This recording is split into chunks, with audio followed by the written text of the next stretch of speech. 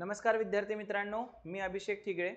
तर आज आपण स्पर्धा बुकवर जो माझा कोर्स आहे त्याच्याविषयी माहिती देण्यासाठी आलोय. तर हा कोर्स असणार आहे गट ब मुख्य परीक्षेसाठी. गट ब मुख्य परीक्षेसाठी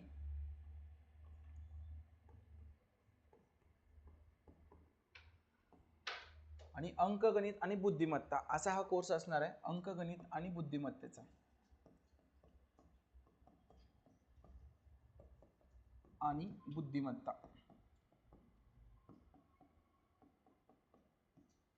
60 तासांच्या आसपासचा कंटेंट असणार आहे. 60+ तासांच्या आसपासचा कंटेंट. सर्व लेक्चर रेकॉर्डेड फॉर्मॅटमध्ये असणार आहेत. सर्व लेक्चर रेकॉर्डेड फॉर्मॅटमध्ये या आपल्या कोर्समध्ये असणार आहेत. स्पर्धा बुक हे ॲप तुम्ही प्ले स्टोअरवरून डाउनलोड करून त्याच्यावरून माझा हा कोर्स तुम्ही जॉईन करू शकता. तर या कोर्समध्ये काय काय याची सगळी माहिती आता मी तुम्हाला देतो. मॅथ्सपासून सुरू करू, आपण अंकगणितापासून सुरू करू. तर अंकगणिताचे आपण ह्याच्यात काही बेसिक टॉपिक घेतलेत. बेसिक टॉपिक तर त्याच्यामध्ये BODMAS, fraction, indices, BODMAS, fraction, indices हे बेसिक टॉपिक याच्यामध्ये आहेत. तर या प्रत्येक टॉपिकवर त्याच्या योग्यतेनुसार 1 तास 1.5 तास वगैरेचं लेक्चर आहे. परत दुसरं जर आपण बघायला गेलो तर 2 इम्पॉर्टंट टॉपिक आहेत की त्याच्याशिवाय माझी बॅच कोणी समजू शकत नाही किंवा ह्या 2 टॉपिकवर माझी अख्खी बॅच डिपेंड असते. तर ते 2 टॉपिक म्हणजे ॲव्हरेज आणि LCM HCF, लसावी मसावी हे 2 टॉपिक त्याच्यामध्ये आहेत. ठीक आहे. तर या 2 टॉपिकचं खूप वेटेज आहे. सो आपण त्या वेटेजनुसारच ह्या टॉपिकचं शिकवलेलं आहे. परत तिसरं आपण ज्याला मी म्हणतो की राईट हँड ऑफ मॅथमॅटिक्स. ठीक आहे. Right hand of mathematics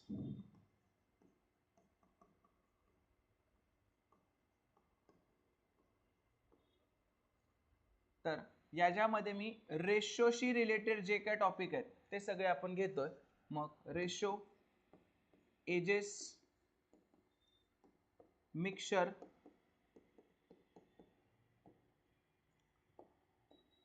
partnership, coins म्हणजे सगळ्याचे वेगळे लेक्चर असणार नाहीयेत, पण हे सगळे जे मोठे आहेत ते रेशोचं वेगळं असेल, एजेसचं वेगळं असेल, मिक्सचरचं, मग कॉइन्स, पार्टनरशिप, इन्कम एक्सपेंडिचर हे सगळ्या गोष्टी एकत्र येतील. इन्कम एक्सपेंडिचर, ठीक आहे, हे सगळ्या गोष्टी सेम. असंच लेफ्ट हँड ऑफ मॅथमॅटिक्स ज्याला मी म्हणतो, लेफ्ट हँड ऑफ मॅथमॅटिक्स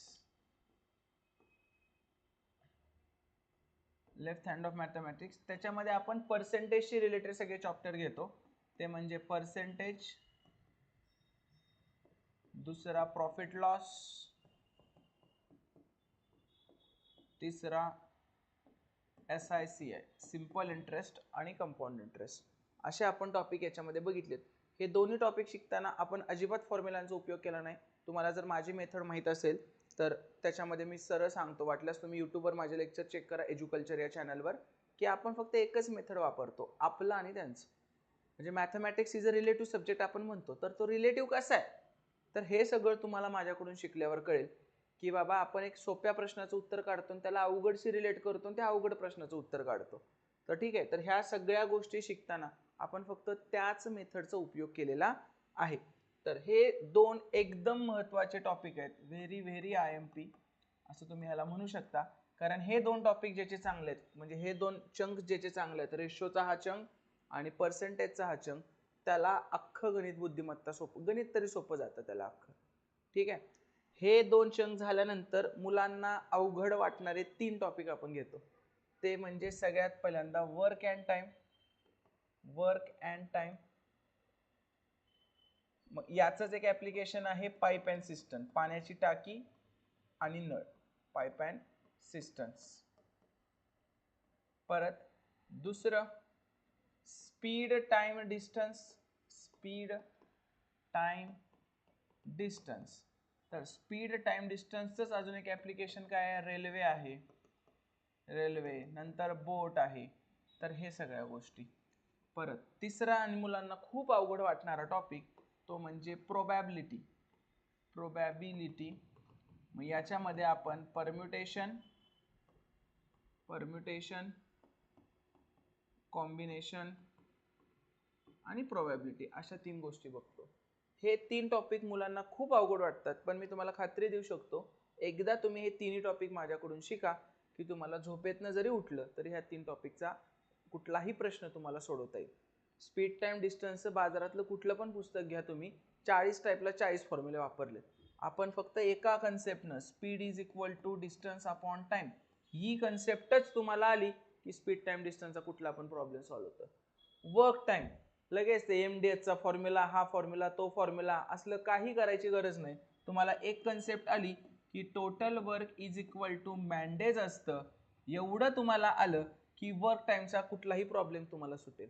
आणि प्रोबॅबिलिटीचे प्रश्न सोडवताना पहिलेच वाक्य मी वापरतो की हा एकमेव टॉपिक असा आहे की जिथं तुम्ही रिअल लाईफ मधला विचार करून तुम्ही प्रश्नाकडे बघितलं की तुम्हाला प्रोबॅबिलिटीचे सगळे प्रश्न सुटतात. तर हे जे तिन्ही टॉपिक तुम्हाला खूप अवघड वाटतात त्याला आपण एकदम सोपं करून सोडलेलं आहे. तुम्हाला फक्त ओळीनं सगळे लेक्चर बघायची गरज आहे, बाकी दुसरं काही नाही. आता मुलांचा एक लय प्रश्न असतो, सर स्टॅटिस्टिक्स घेतले का तुमच्या बॅचमध्ये? सर म्हणजे मला पण विचारतात माझ्याकडे बॅच घेताना मुलं, अरे स्टॅटिस्टिक्स हा आधीपासून गणिताचा भाग आहे.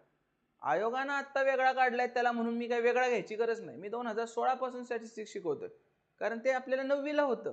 म्हणजे 9वीला होतं ते तर आहेच ना, 10वी पर्यंतचा सिलेबस सांगितलं आयोगाने. तर स्टॅटिस्टिक्स वगैरे त्याला काही भ्यायची गरज नाही. स्टॅटिस्टिक्स ह्याच्यामध्ये 3 टॉपिक येतात. तो म्हणजे पहिला येतो ॲव्हरेज, हा सुद्धा स्टॅटिस्टिक्सचाच भाग आहे. दुसरा येतो डेटा इंटरप्रिटेशन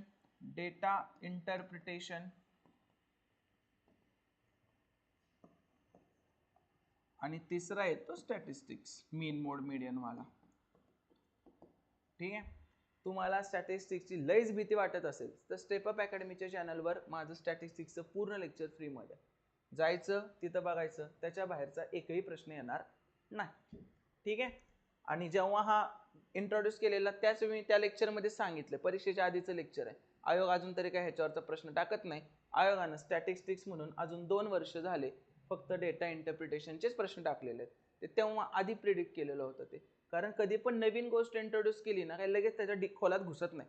पण आपण आपल्या ह्याच्यामध्ये सगळं मीन, मोड, मीडियन, रेंज, स्टँडर्ड डेव्हिएशन ह्या सगळ्या गोष्टी घेतलेल्या आहेत. तर हे तुम्हाला स्टॅटिस्टिक्समध्ये कळून जाईल. त्याच्यानंतर अजून एक अवघड वाटणारा टॉपिक कुठला आहे तो म्हणजे मेन्सुरेशन. याला मराठीत काय म्हणतात? महत्वमापन. म्हणजे कुठले टॉपिक? तुमचे परिमिती, क्षेत्रफळ म्हणजे पेरिमीटर, एरिया आणि आकारमान म्हणजे घनफळ, घनफळ म्हणजे व्हॉल्यूम. तर हे जे आहेत ते सगळ्या गोष्टी मेन्सुरेशन मध्ये येतात. लोक याला जिओमेट्री म्हणतात. जिओमेट्री वेगळा पार्ट आहे. जिओमेट्री हा वेगळा टॉपिक आहे आपला. तर मेन्सुरेशन म्हणजे काय? असे प्रश्न की ज्याच्यात तुम्हाला फॉर्म्युल्यांमध्ये व्हॅल्यू टाकून उत्तरे काढायची असतात ते सगळे प्रश्न म्हणजे मेन्सुरेशन. आणि जिओमेट्री म्हणजे जिथं तुम्हाला थेरम किंवा तुम्हाला वेगवेगळे अँगलचे रूल्स वगैरे माहीत पाहिजेत, लाईन्सचे रूल माहीत पाहिजेत, या सगळ्या ज्या गोष्टी असतात ते सगळे येतं जिओमेट्रीमध्ये. थोडक्यात आकृत्यांवर आधारित जर प्रश्न असेल तर तो येतो जिओमेट्रीमध्ये आणि फॉर्म्युल्यांवर आधारित प्रश्न असेल तर तो येतो मेन्सुरेशनमध्ये. या दोन्ही वेगवेगळ्या गोष्टी आहेत. आणि स्टॅटिस्टिक्स मधला जो डेटा इंटरप्रिटेशनचा पार्ट आहे तोच डेटा इंटरप्रिटेशन आपला टॉपिक आहे, तो सुद्धा आपण घेतलेला आहे. अशा पद्धतीने आपण गणिताचे हे एवढे सगळे टॉपिक आपण बघणार आहोत की जे तुम्हाला गड ब मुख्य परीक्षेसाठी उपयोगाला येणार आहेत. ठीक आहे. चलो नेक्स्ट. आता पुढचा आपला पार्ट येतो तो म्हणजे रिझनिंगचा. रिझनिंग म्हणजे बुद्धिमत्ता. आता बऱ्याच पोरांचं एक म्हणणं असतं, सर आम्हाला बुद्धिमत्ता येते, गणिताचा क्लास लावू का? फक्त बुद्धिमत्तेचं काही येत नाही आम्हाला, गरज नाही, आम्ही करतो. तर तुम्हाला एक गोष्ट नेहमी सांगितले, तुम्हाला किती येतंय आता हे इम्पॉर्टंट नाहीये, तुम्हाला किती फास्ट येतंय हे इम्पॉर्टंट आहे. फॉर एक्झाम्पल सिलॉजिझमचा प्रश्न आहे, तुम्ही म्हणताय मला 1 मिनिटात येतोय, काय उपयोग आहे त्याचा? सिलॉजिझम सारखे प्रश्न 15-20 सेकंदात उडले पाहिजेत. वाचता वाचता गोल काढून म्हणजे आपलं सर्कलचे व्हेन डायग्रामची मेथडने करून ते गोल करून पुढं 30 सेकंदाच्या आत पुढे गेला पाहिजे तुम्ही. त्याला 1-1 मिनिटं देऊन काही अर्थ नाही. रिझनिंग नुसतं येतंय म्हणून उपयोगाचं नाही. फास्ट येतंय का एकदम दमादमानं चाललंय 1-2 मिनिटात सोडवत आहे, काय अर्थच नाही. एखादा प्रश्न 2 मिनिटात सुटणं याच्यापेक्षा तो न सुटलेला बरा. बरोबर, कारण परीक्षा आता कशाची राहिली आहे? परीक्षा आता राहिलेली आहे वेळेची. तुम्हाला किती येतंय ह्याची परीक्षा नाही आहे, तुम्हाला किती फास्ट येतंय याची परीक्षा आता राहिलेली आहे. त्यामुळे जरी तुम्हाला वाटत असेल की तुम्हाला रिझनिंग येतंय, एकदा माझ्याकडून रिझनिंग शिका. तुम्हाला तुम्ही जे येतंय म्हणता ना त्याच्यापेक्षा एक्स्ट्रा काहीतरी मी नक्कीच देऊन जाईल. तर रिझनिंगचे कुठले टॉपिक आहेत? आता जेव्हा पण आपण मॅथ्सचे टॉपिक बघत होतो ना, जेव्हा मी सगळं सांगितलं हे मॅथ्सचे टॉपिक, तर हे टॉपिक तुम्ही ओळीनच बघायचे. ह्याला काही शॉर्टकट मारायचं नाही. मी वर्क टाइम बघतो सर डायरेक्ट नाही चालणार. तुम्हाला ते ओळीनच बघायला लागतील तरच ते तुम्हाला समजणार आहेत. ठीक आहे, ज्या सिक्वेन्सनं आता घेतले किंवा तुमच्या ॲपमध्ये ज्या सिक्वेन्सनं पडणार आहेत ते 1, 2, 3, 4 त्याच सिक्वेन्सनं तुम्ही बघायचे आहेत. बघा रिझनिंग मध्ये टॉपिक कुठले कुठले बघणार आहे आपण? सिलॉजिझम, वेन डायग्राम आणि सेट थिअरी. हे एकावर एक थोडेफार डिपेंड टॉपिक आहेत. ठीक आहे, त्यानंतर दुसरं आपण बघणार आहे क्लॉक अँड कॅलेंडर. परत तिसरं आपण बघतोय त्याच्यामध्ये तुमच्या आवडीचं टॉपिक तो म्हणजे ब्लड रिलेशन. चौथा टॉपिक आपण बघतोय तो म्हणजे डायरेक्शन. ठीक आहे, हे 4 टॉपिक महत्वाचे पण आणि ह्याच्यावर खूप सारे प्रश्न पण येतात. त्याच्यानंतर 5वा टॉपिक आपण बघतोय तो म्हणजे डाईस अँड क्यूब. ठीक आहे, 6वा सगळ्यांना खूप अवघड वाटणारा पण मी एवढा भारी पद्धतीने घेतला हा टॉपिक तो म्हणजे खरे खोटे. हा टॉपिक तुम्ही यूट्यूबवर जा, खरे खोटे अभिषेक ठिगे टाका, एज्युकल्चर या चॅनलवर तुम्हाला दिसून जाईल.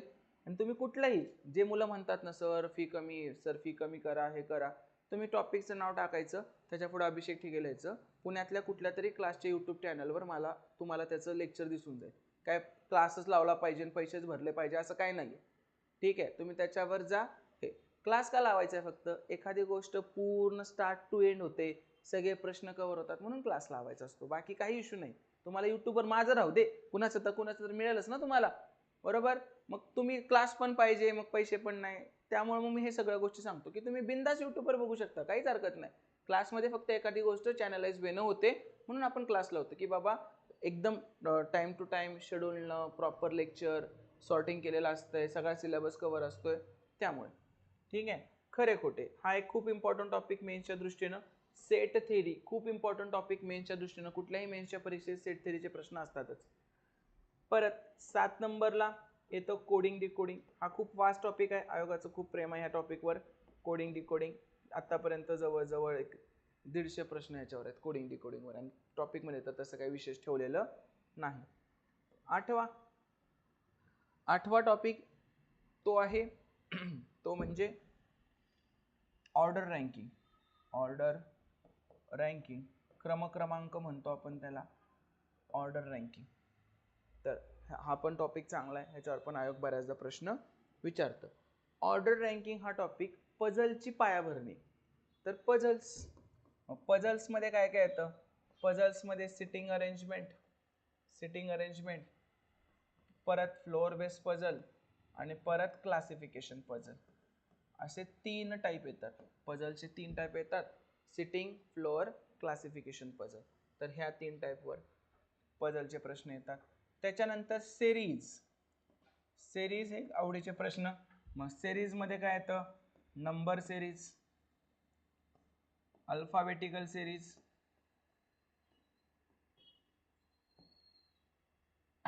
आणि परत मग अल्फा न्यूमेरिक, दोन्हीचं मिक्सअप पण असतं कधी कधी, अल्फा न्यूमेरिक सेरीज. ठीक आहे, number series, alphabetical series, alpha numeric series. Okay, त्याच्यानंतर टॉपिक येतो डायग्रामवरचे प्रश्न. मग डायग्रामवरच्या प्रश्नामध्ये काय काय येतं? परत सेम सगळं जे सेरीजमध्ये येतं ना तसंच. मग कधी कधी सेरीजचा प्रश्न येतो, प्रश्नचिन्हाच्या जागी काय कधी कधी आकृती पूर्ण करा येतो, कम्प्लीट द डायग्राम. कधी कधी काय येतं, लपलेली आकृती शोधा येतो, लपलेली आकृती शोधा, लपलेली. परत घडीची आकृती येतं, घडीची आकृती. ठीक आहे. तर हा एक टॉपिक आहे ना, तो काय असं शिकवायचा टॉपिक नाही, तो काय आपण घेतलेला नाहीये. हे तुमचं तुम्हाला जमलं पाहिजे की कसं काय विचार करायचं. ठीक आहे. मी फक्त सिलेबस मेन्शन करतोय, हा टॉपिक काय आपल्या ह्याच्यात असणार नाही. ठीक आहे. तुम्ही नुसतं हे जरी बघितलं आयोगाचं आत्तापर्यंत पडलेले प्रश्न, किंवा तुमच्याकडे माझं पुस्तक असेल PYQचं, की ज्याच्यात आत्तापर्यंतचे 2009 ते 24 सगळे पेपर आपण टॉपिक वाईज सॉर्ट केलेत विथ डिटेल एक्सप्लेनेशन. त्याच्यात जरी तुम्ही हे सगळ्या गोष्टी बघितल्या तरी तुम्हाला अंदाज येऊन जाईल की ह्या टॉपिकमध्ये शिकवण्यापेक्षा तुमचं इमॅजिनेशन किती चांगलं आहे याच्यावर भर द्यायला लागतो. कारण एखाद्या आकृतीकडे बघायचं कसं हे मी तुम्हाला कसं सांगणार तुमच्या डोक्याचं, ते तुमचं तुम्हालाच वर्क करता आलं पाहिजे. डन. तर हे झाले डायग्रामचे प्रश्न. आणि मग एक महत्त्वाचा टॉपिक येतो, तो म्हणजे विधानांवरील प्रश्न. विधानावरील प्रश्न. मग ह्याच्यात ते तुमचं सगळं निष्कर्ष काढणे, परत युक्तिवाद चुकीचा का बरोबर ठरवणे, दुबळा का स्ट्रॉंग ठरवणे, परत गृहीतक सांगणे, परत कारण परिणाम सांगणे, हे जे विधानांवरचे प्रश्न आहेत ते सगळे आपले याच्यामध्ये येतात. तर हा होता आपला सगळा सिलॉजिझमचा रिझनिंगचा पार्ट, की ज्याच्यात आपण ह्या सगळ्या गोष्टी बघणार आहे. ठीक आहे. रिझनिंग आता जर तुम्ही मेन्सच्या दृष्टीने विचार करायचा झाला तर टोटल मेन्सला 22 प्रश्न आहेत. गट ब मेन्सला किती प्रश्न आहेत टोटल? गट ब मुख्य परीक्षा किती प्रश्न आहेत? 22 प्रश्न आहेत. तर या 22 प्रश्नामध्ये जर मागच्या वेळेच्या प्रमाणे अंदाज लावला तर 12 प्रश्न मॅथ आहेत आणि 10 प्रश्न रिझनिंगचे आहेत. 10 प्रश्न रिझनिंगचे आहेत. असं काय नाही की ह्याला जास्त महत्त्व आहे, असं काय मेन्शन नाही आहे की ह्या 12 आणि 10चा मी ठेवणार आहे. हे 2 पण एक्स्ट्रा का आले, ते डेटा इंटरप्रिटेशनचे प्रश्न टाकले त्यामुळे त्यांनी 2 एक्स्ट्रा प्रश्न टाकले त्याच्यात. ठीक आहे. तर म्हणजे हे दोन्हीला समान वेटेज असं म्हणू शकतो. त्यामुळे तुम्ही असं अजिबात दुर्लक्ष करू नका की ह्याला जास्त आणि त्याला कमी, असं काही नसतं. तुम्हाला दोन्हीचा व्यवस्थित अभ्यास करायचा आहे आणि त्यानुसारच आपल्या विषयाची सुरुवात करायची. मग थोडं पेपरच्या वेळेचं पण सांगतो मी आत्ताच या इंट्रोडक्टरी लेक्चरमध्ये, की पेपरच्या वेळी तुम्हाला काय करायचं, 1 तास आहे ना, 1 तास तुमच्याकडे 60 मिनिटं आहेत. तुमच्याकडे 60 मिनिटं काहीही करून 40 मिनिटामध्ये तुमचा GS संपला पाहिजे आणि 20 मिनिटं तुम्ही मॅथ रिझनिंगसाठी ठेवली पाहिजे. तरच तुमचा पेपर कव्हर होणार आहे, नाहीतर तुमचा पेपर कव्हर होणार नाही. आता ह्या 20 मिनिटामध्ये पण तुम्हाला काय करायचं आहे, जे प्रश्न तुम्ही आजपर्यंत सोडवलेले आहेत, तुमच्या ओळखीचे आहेत, तुम्हाला हे माहीत आहे की तुम्हाला हे येणारच आहे, जगात काय जरी तिकडं झालं तरी तेच प्रश्न आधी घ्यायचे. त्यानं होतं काय, तुमचे 7 ते 8 मिनिटामध्ये 7 ते 8 प्रश्न आरामात, किंवा 8 ते 10 प्रश्न आरामात सॉल्व्ह होतात येणारे प्रश्न. मग 8 मिनिटात जर तुमचे 10 प्रश्न सॉल्व्ह झाले, 8 मिनिटामध्ये जर तुमचे 10 प्रश्न सॉल्व्ह झाले तर एक कॉन्फिडन्स येतो. मग नंतर पुढच्या 7-1 मिनिटामध्ये तुम्हाला एक 5 प्रश्न जरा मीडियम लेवलवाले सुटतात. 5 प्रश्न तुम्हाला मीडियम लेवलवाले सुटतात आणि तुमच्या हातात आता 5 मिनिटं उरलेत आणि तुमच्याकडे प्रश्न पण 7-1 उरलेत. तर या 7 पैकी 3 ते 4 प्रश्नांना तुम्ही प्रॉपर वेळ दिला ह्या 5 मिनिटाचा, तर तुम्हाला ह्या अवघड मधले पण 3 ते 4 प्रश्न सुटतील आणि आरामात तुम्हाला 22 पैकी 19, 18, 20 असा अटेम्प्ट करता येईल. आणि गणितातला अटेम्प्ट म्हणजे जेवढं सोडवलं तेवढं बरोबरच पाहिजे, चुकीचं उत्तर आलंच नाही पाहिजे. बरोबर. गणिताचा अटेम्प्ट असंच आहे, तुक्का थोडीच मारायचं गणितात की मी पॉलिटीचे 10 सोडवले त्यातले 8 बरोबर आले, 2 चुकले तुक्के माझे, असं थोडीच होणार आहे. उत्तर आले तरच लिहिणार आहे ना गणितात. आकडा आला तर पाहिजे त्यातला. उत्तर आहे 10, 12, 20, 24 आणि तुमचं उत्तर आले 2000, असं मग काय लिहिणार त्यातलं नाही ना. तर जेवढं सोडवतं तेवढं गणिताचं आपलं काय पाहिजे, करेक्टच पाहिजे. तर अशा पद्धतीनं तुम्ही पेपरचे अप्रोच ठेवू शकता. तर आपली ही बॅच कशी आहे, तर या बॅचला नाव दिलं आपण स्मार्ट बॅच. गट ब मुख्य परीक्षा. याच्या जवळजवळ 60+ तासांचा कंटेंट आहे. हे मी सुरुवातीला सांगितलं होतं तुम्हाला.